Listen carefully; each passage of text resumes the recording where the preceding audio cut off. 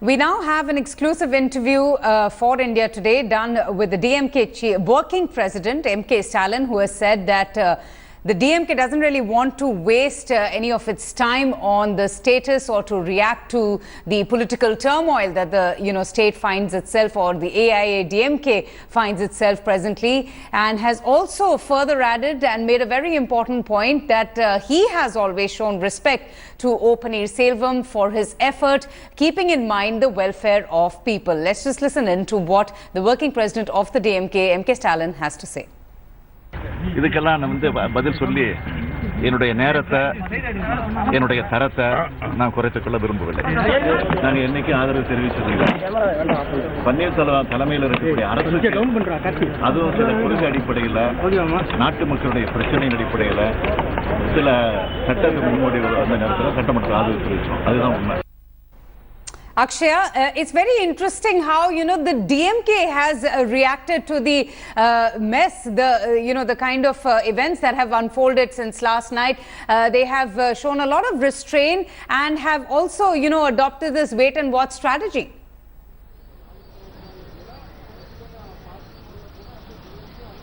Well, Avantika, not from just last night. We have to mention that right from December 5th, yes, we have seen that the DMK has been maintaining its silence in media's affairs.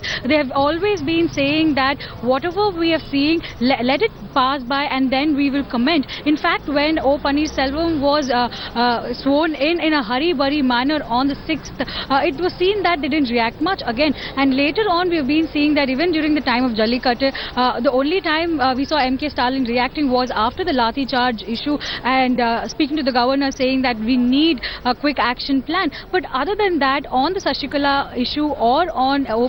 Selvam's chief ministership, they haven't reacted at all. And now MK Stalin has come out very strongly saying that for the last 8 months there hasn't been any governance in the state. The administration has gone for a toss and now is the time to step in and make the amendments. This is for the welfare of the people, he's been telling. And he's also said that a shortcut method that Sasikala has been trying to use is not acceptable right now, and that is one of the reasons that he said that they have been showing their respect towards O. Selvam as a chief minister who's been trying to make his efforts for the welfare of the people, and these people have been supporting ADMK and O. Selvam only because they have been taking into consideration the voters and the welfare of the people of Tamil Nadu. Avantika.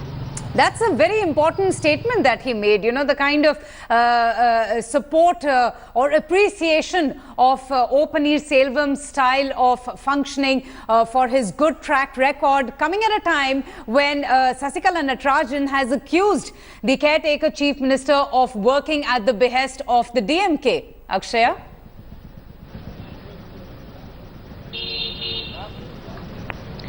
Well, Avantika, it is seen that, one thing that we have to point out is the blame on DMK and the blame on BJP has been going on quite for some time. But right now what we need to focus is that the party is in a state of split, and Sasikala is trying to move every piece that she can to ensure that the chief ministership remains with her, and the only way that she can grab the attention of the people of the AIA-DMK cadres is by saying that O. Selvam has moved out, he is in the opposite camp and he is being influenced by the people of DMK or BJP, and that is what we have been seeing here. But we have also been telling time and again, and the people from DMK and BJP have also been telling us that they have kept their distance. They're only appreciating and also trying to point out the kind of situation that is going on for a working chief minister. If the chief minister has been threatened, if the chief minister has been forced to resign, then what is the case with the general public is the question that they have been raising, Avantika. And that is one important point that we have to see. Was O. Selvam actually forced to resign, and if so, then what is the state of the condition of Tamil Nadu in general is one big question that we will have to question, Avantika. Absolutely. Akshaya, thank you so much for your time. It was late night drama that unfolded the political war between O. Selvam and Sasikala Natarajan. In fact, that has only intensified in the hours that have gone by. A total of 129 AIA-DMK MLAs attended today's meeting at the AIA AIADMK headquarters, from where India Today's Pramod Madhav was getting us all the reactions, the updates and the visuals. The MLAs, in fact, submitted their support through a letter that has been written to Sasikala Natarajan. These MLAs, what we hear, are wanting to now arrive at the national capital. They want to reach Delhi tomorrow. They are even seeking time to meet the president. In fact, after going into a huddle with her loyalist MLAs, Sasikala did address her cadre in a mammoth 60-minute address, in which she did take the opportunity to attack Paneerselvam. She hit out at him, and as editor Output India Today Shivarur was pointing out, labeling him as a traitor, and also of playing the role of dividing the party in cahoots with the DMK. நம் எதிரிகள் விரும்பாதது இங்கு நடக்கிறது. அதனால் தான் இந்த சலசலப்பு. இதற்கெல்லாம் அனைத்து இந்திய அண்ணா திராவிட முன்னேற்ற கழகமும் அஞ்சாது, நானும் அஞ்ச மாட்டேன்.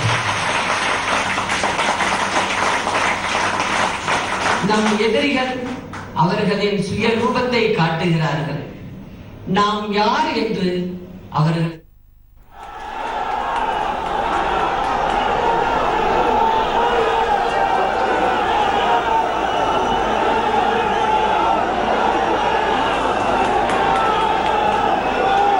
across now to Shivarur for more on this. Shiv, can it get any bigger than this? Two of the late Chief Minister's staunch loyalists who have exhibited unwavering loyalty over the years in showdown mode, pulling no punches, in attacking each other and trying to stake claim to the Chief Minister's seat.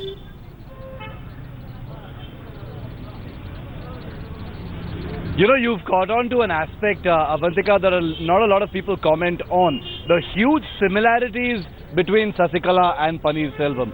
Both staunch loyalists of Jayalalitha, both sort of proponents of the Amma legacy, both persons who've invoked Amma's spirit, talking about the guiding factor as far as AIADMK is concerned in the last 24 hours. Both people who hate the spotlight, both people who prefer living on the sidelines. One of them an elected leader, the other really an extra constitutional sort of personal friend of Jayalalitha. The similarities obviously only end there, and the events of the last 2 days have perhaps accentuated just how different both of these people are.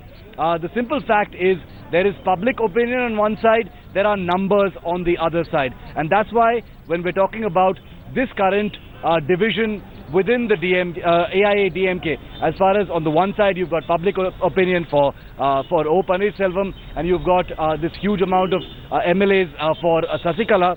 The simple fact of the matter is, both of them have similar roots in terms of being mentored and guided and protected and nurtured by Amma. In her absence, all bets are off. All weapons are, all is fair in love and war, as they say. Everything is possible right now. And what both Paneerselvam and Sasikala are demonstrating is that in the absence of Amma, with her shadow gone after her death, there is a space that has been vacated, and only one of them can perhaps occupy that space. Sasikala believes it can only be her. Paneerselvam, who so far had indicated that he was willing to cede space for anybody else, being the humble politician that he is, in the last 24 hours has now begun to speak a different language and said, the voice of the people and the spirit of Amma will guide me, and if I have to occupy that political space, then so be it. A very different voice that is being spoken now. Absolutely. And Shiv, you couldn't have put it in a more clearer and better way, explaining the finer nuances so thoroughly. Pramod Madhav, you've been in the middle of all the action just outside the AIADMK headquarters, where one saw hectic activity. There was just so many people present there. Are you seeing similar scenes? And also tell me, what is Sasikala Natarajan's plan? When will she be visiting Jayalalitha's memorial? Is she still at the headquarters, or is she at Poise Garden? Just tell us what's going on. Well, Avantika, all people have left Poise Garden. That I can say, an hour ago. The place is once again deserted and we don't see much. But we also got input that the MLAs have once again come back over there. 129 MLAs are still present inside and just finished their lunch. This is the input we're getting from there. Apparently, though the official discussion stated that she was asked about what happened in 48 hours, why we do not follow traitors and keep the party together. We also got information right now that these 129 MLAs are being asked to stay in Tamil Nadu for the following 2 to 3 days. And also, I myself saw 2 Volvo buses parked near the AIDMK headquarters, and when we got with a conversation with the people over there, we've come to know that these buses were assigned to take these men to a particular hotel where they would stay and spend the night, and probably if they get the permission to meet the president tomorrow, they are supposed to meet him as well.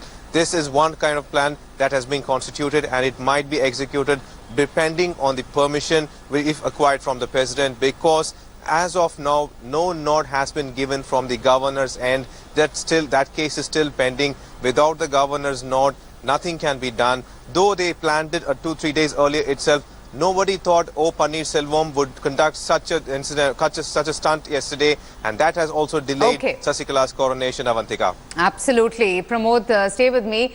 AIADMK loyalists, in fact, are heading out at Paneerselvam. They're claiming that he was surrounded by Sasikala Natarajan and her relatives and forced out of the Chief Minister's chair. So we have ADMK's MP from Rajya Sabha, Navneet Krishnan. Let's just ask him let's hope he says what happened inside the meeting. So, sir, can you give us a small intake of what happened inside?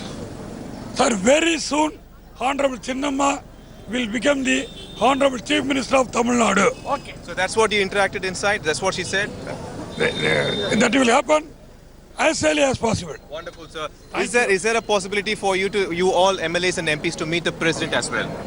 Not for now. No. You would like to talk on that later? All right then, sir. Thank you so much. So there you have it. Navneet Krishnan stating what he wants to, what almost happened inside in the meeting. Pramod Madhav, point it today. I'm going to go once again to Editor India Today, Shiv Arur. Shiv, so can you just tell us what can one expect in the next few hours? All eyes will be now on the governor. When can we expect him to finally come to Tamil Nadu and take stock of the situation?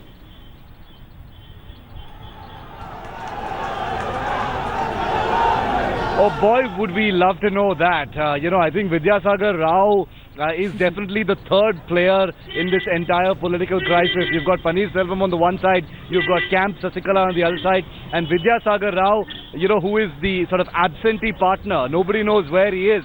A looming crisis, political and constitutional in the state, and of course the acting governor is nowhere to be seen. So what happens next is going to impinge very much on where Governor Rao is, whether he plans to, physically be present in Tamil Nadu at a time like this and guide the state out of this entire mess that it is in currently. You've got MLAs from the AIADMK, Avantika, as we reported a short while earlier, who want to meet President Pranab Mukherjee at the Rashtrapati Bhavan in Delhi, in an effort to push the case of Sasikala being appointed as the Chief Minister, because there is absolutely nothing that stops her from being sworn in by the governor. You've got Paneerselvam and Sasikala taking open public potshots at each other like never before. You've got this sort of public sentiment in favor of Paneerselvam and a public angst against Sasikala. The arithmetic for the moment is in favor of Sasikala, but at the same time, there is this constant suspense about what next. The last 20 hours, Avantika, have been so unpredictable. Absolutely. So, they've been so exhilarating in terms of, their never-before quality. People don't know what to expect, what's going to happen next. Are we going to see protests? Are we going to see, clashes between both camps? Are we going to see people say even more absurd things about each other? Right. Could it lead to open abuse? The DMK, usually reputed to be a very hostile party, has ended up looking like, a bunch of lambs today. So, at the end of the day, and very calm and sober compared to the AIADMK. So, it's a tantalizing question, what next? I think we're going to have to wait and see whether there are more statements, and the big eye will definitely be Avantika on the governor. Absolutely. Shivarur, Pramod Madhav, Akshaya, and also a huge thanks to our other two reporters, Rohini and Akshata Nandgopal, who are continuously updating our viewers with the minutest detail coming on this big power tussle that we have been seeing since late last night, and you haven't really seen the end of it just as yet. Stay tuned. We will take a short break, but do come back and we'll get you up to speed with what's happening in the state of Tamil Nadu.